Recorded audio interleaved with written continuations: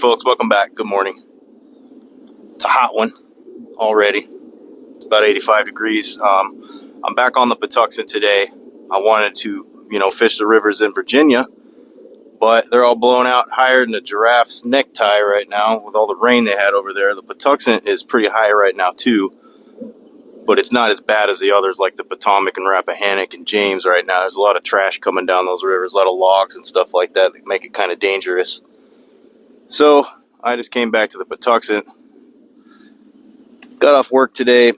Don't have a lot going on, so just came out to go fishing just for fun. Not really trying to do anything special. I've got some nice fresh cut shad here.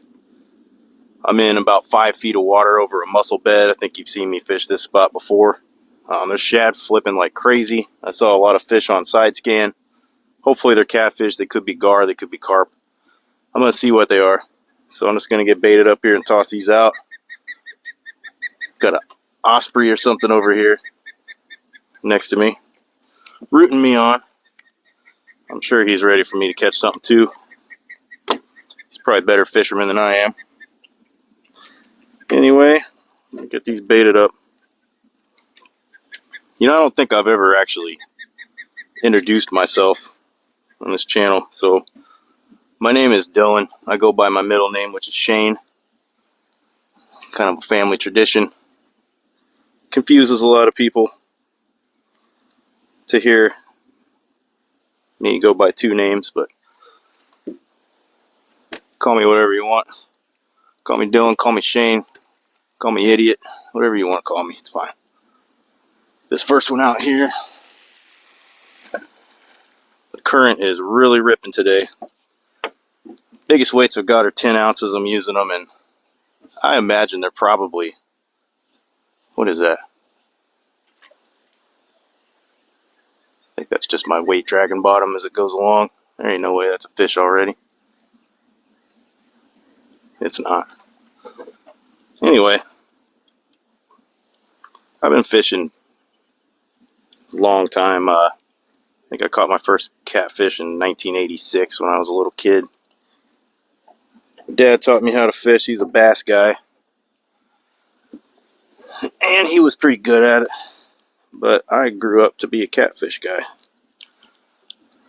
I have caught a lot of bass in my day, but for me it's just not as fun as the thrill of catching a monster catfish. Don't really need to cast too far. Get that right there. Bait this one up. I'm not really planning on keeping anything today. I just had my big fish fry for my coworkers yesterday that I was talking about in my last video. So we ate all those 10 smaller blue cats, and everyone seemed to like it. They either liked it or they were just being nice. Either or. I liked it at least. Good food, good fish. That one over there. That one's over there, real shallow. Here is a flight of 4 F-18s flying in real close formation. I wish I had my camera in my hand, I'd show it to you. It's a pretty cool sight to see when you're out fishing.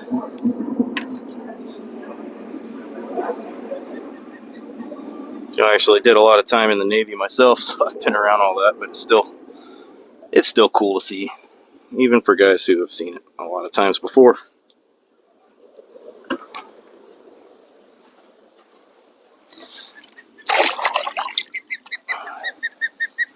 I was an aircraft mechanic. H-60 helicopters, what I worked on. Anyway.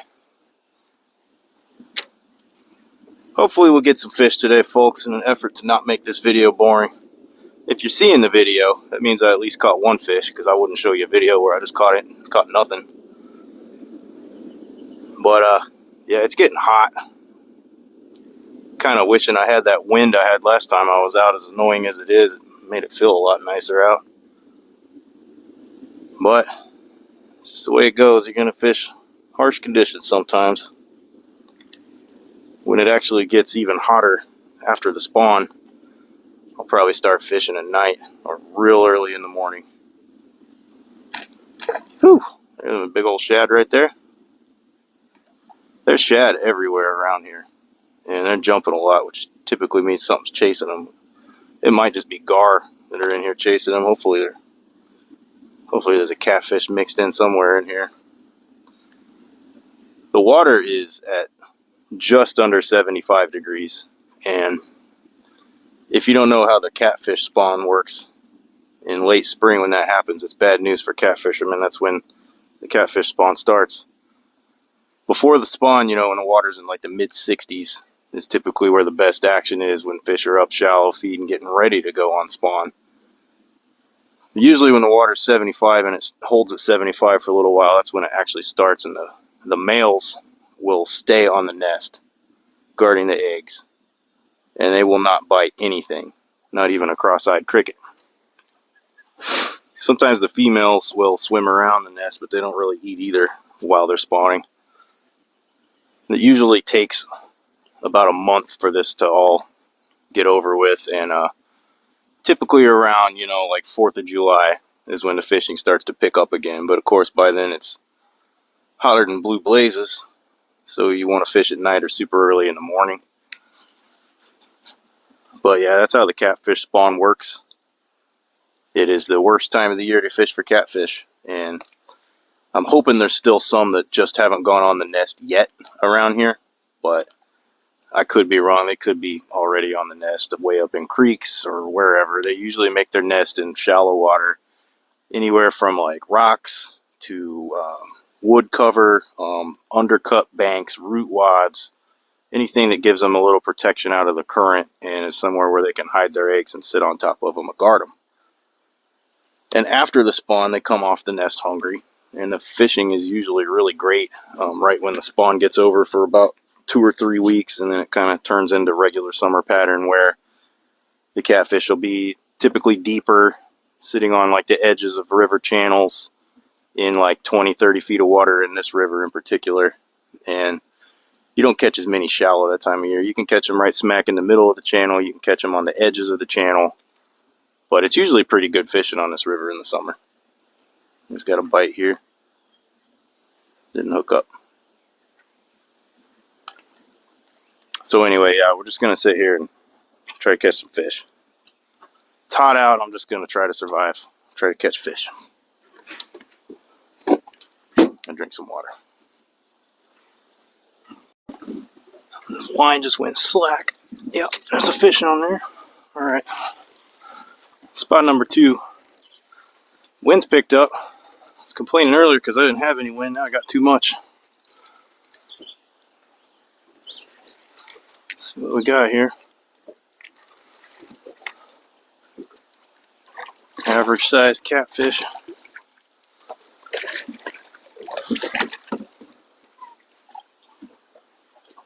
I think I got a nick in my line here.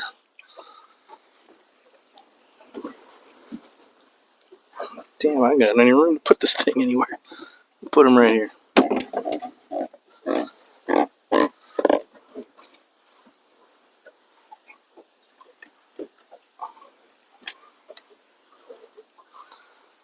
Fish hooked himself twice.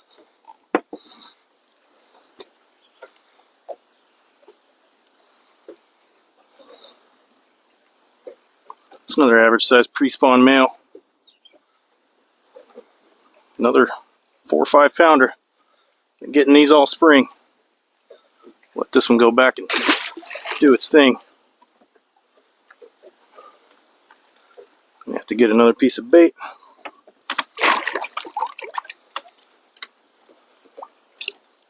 I wonder if he's got any friends out there. Goes a kayak.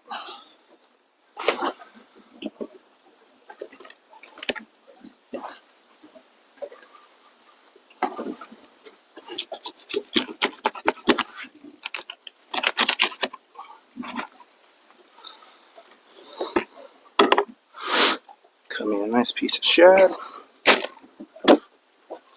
Now I gotta check this line. I feel like I felt a nick in it when I picked it up. You don't want that. That's how you break your heart on a big fish. Oh yeah. It's got nicks all the way up.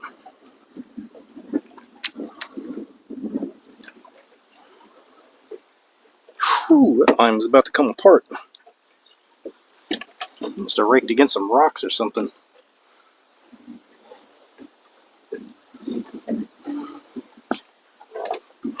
Take a little bit off.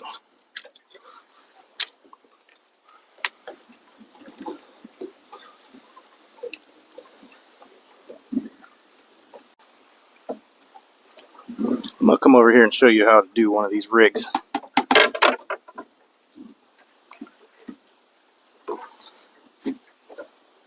This is a rig I've been using lately that I find I don't get many snags on. Boy, that wind is pushing me all over the place. So, at the bottom of my line, I'm just going to do a dropper loop, 2 knots. And then, get some line out here. It's going to come down, go up to about right here. I'm going to make another dropper loop, 1 knot.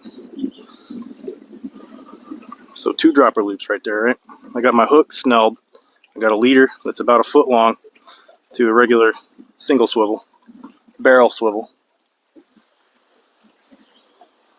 And I've actually just messed that up. That's okay, we'll go make another loop. Double knot this loop. Alright. On the bottom, loop. There's my sinker. On the top loop,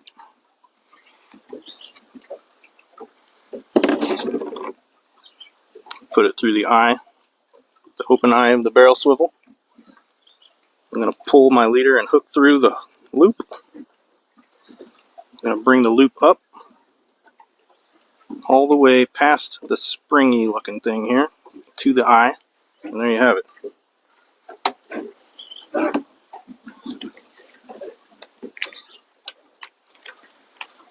This rig is an alternative to using a 3-way swivel for a 3-way rig. When this is down in the water, you know, your sinker's on bottom and your current is going to keep your bait up here. And you can adjust your height here for however high up or down you want it to be. So I find that I get less tangles in my line this way as opposed to using a 3-way swivel like most people do. So get this back out there.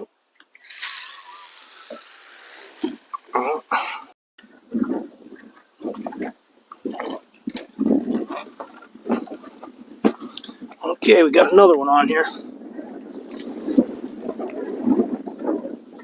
It feels like it might be a little bigger than the last one. And I think he's caught in that other line too, unfortunately.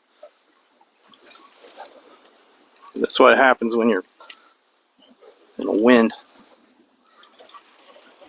I just felt something pop. He might have came off of it.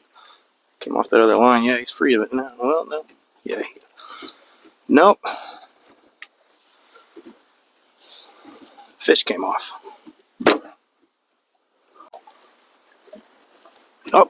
What do we got here? Yep, there's another fish. There's another one. Let's see if this one will stay on.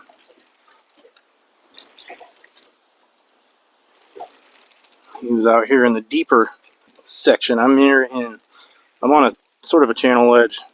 My boat's actually in 10 feet of water. It's 20 out there. So I've got some shallow water. I've got some cover, like spawning stuff.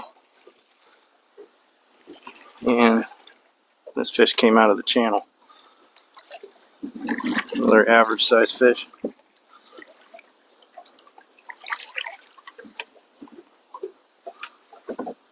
Tell you, this year on the Patuxent, you can catch the hell out of them this size. This one didn't even get it in the mouth. He's got it under his jaw.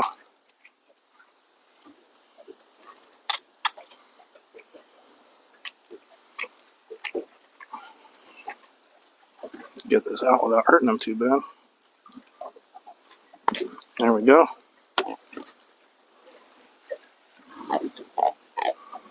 That last one was a male. This is a female. What you can tell is the male's head and mouth is broader. The mouth is wider. The female's head is smaller. What? It's another fish.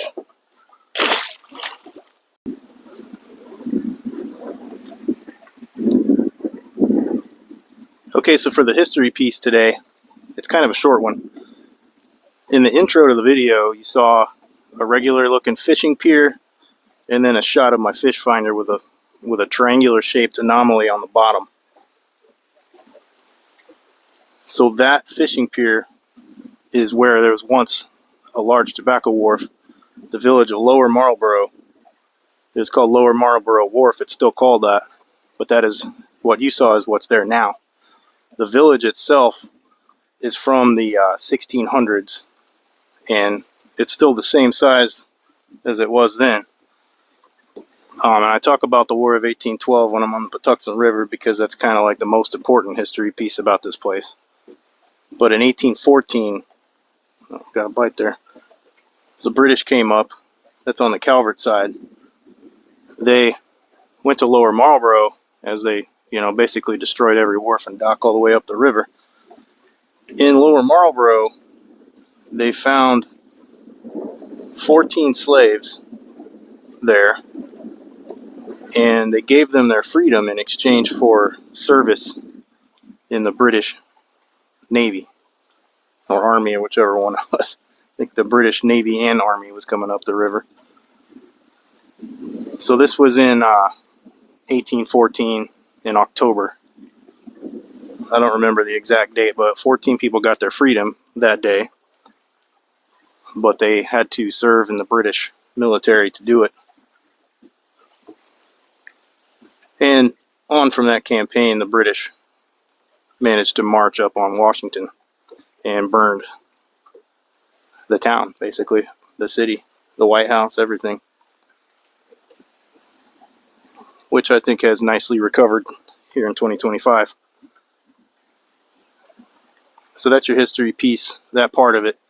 Now, the reason I showed you that fish finder image of that surface anomaly, that's right there, right off the pier on the bottom.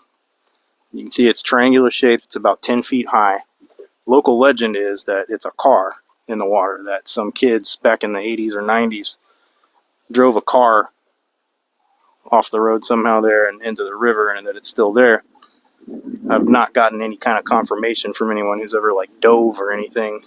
And you can look it up on the internet and all you see is the same thing, people saying it's a car, but no one being able to show any proof or a newspaper article or anything like that. I mean, it could be, anything. It could be a boat. It could be part of the old wharf. I mean, it's hard to tell. That was a down scan image, and all you can really see is that it's sort of a triangle and that it's 10 feet high. It's awesome structure for catfish in the summer. The problem is that you just can't really anchor there. I've lost an anchor in my kayak there, and there's so many snags from the old wharf being on the bottom there that it's damn near impossible not to lose your rig every time you cast out on it. I guess if I had spot lock, maybe one day I'll get spot lock on this boat. I'll spot lock that spot and just vertically suspend fish it. But yeah, that's your history piece for today. Kind of a short one. But I can't do a video without a fish, and I can't do a video without a history piece. So if I don't catch any more fish, at least I've served my purpose in this video. This rod is acting a little funny. Yep. That's what I thought. There's a fish on it. Another one off the deeper side. Well, it is clouding up now. Radar's not showing anything, but this is a time of the year where you can get these pop-up thunderstorms out of nowhere. Luckily, I'm not too far from the boat ramp if that happens.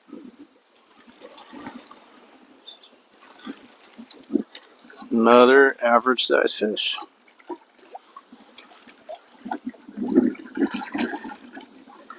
The big ones are just not playing the last several months here.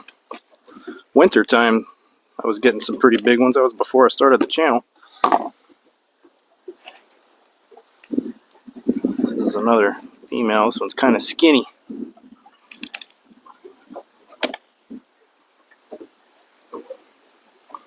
Its eye's all messed up. Smallest one yet.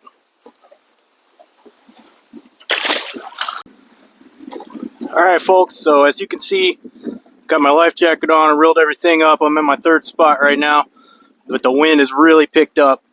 I'm getting some really tough gusts right now. Now luckily right now, the tide is going the same direction as the wind, but the water's still getting pretty choppy. But we're getting pretty close to low tide, and as soon as that tide goes slack, this water is going to get really rough. So unfortunately, that's going to have to cut my day off. So only 3 fish in the video today, 3 small ones. But the water has been 75 degrees now, or in the 75 degree range for a good week and a half, which tells me that the fish, the bigger fish, are likely all on the nest, or mostly on the nest right now. So I'm going to give it about 5 weeks before I catfish again, to give them time to do their thing, have their babies.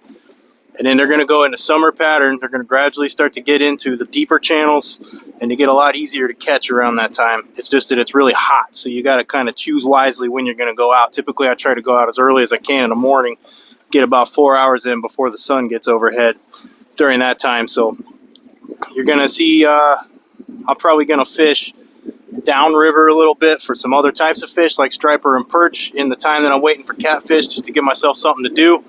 But if you see me then, it means I'm successful. If you see me in the next video I'm catching catfish again and it's been 5 weeks, it means I was not successful and I'm back to what I know. So I'm going to head on back to the boat ramp. If you're seeing this video, it means I made it back safe. So hey, prayers to all the people in St. Louis and in the Midwest and all the areas that had a bad tornado outbreak the other day. Everybody's pulling for you, and go Cardinals.